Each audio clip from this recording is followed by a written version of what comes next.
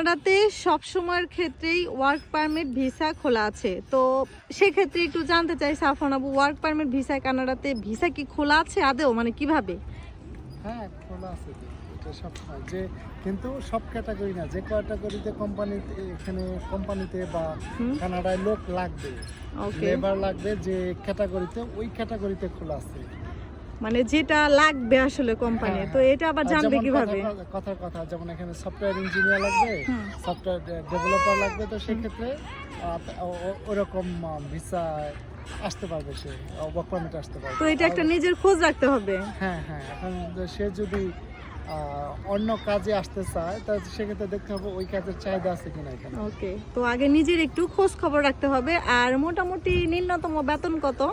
এটা স্যালারি? এটা ডিপেন্ড করে হলো কোন এনওসিতে, কোন ক্যাটাগরিতে সে কাজ করে। ওকে, তো এখানে ন্যূনতম যে কোনো কাজেরই হোক, ন্যূনতম বেসিক, এটা মান্থলি হিসাবে না, এটা হলো সাপ্তাহিক। আওয়ারলি। হুম হুম, আওয়ারলি আর হলো ইয়ারলি। ওকে, তো আওয়ারলি এখানে এক এক প্রভিন্সে এক এক এক এক রকম রকম। আছে, মোটামুটি 15 থেকে 16 টাকা, 17 টাকার মতো আর কি। ওকে।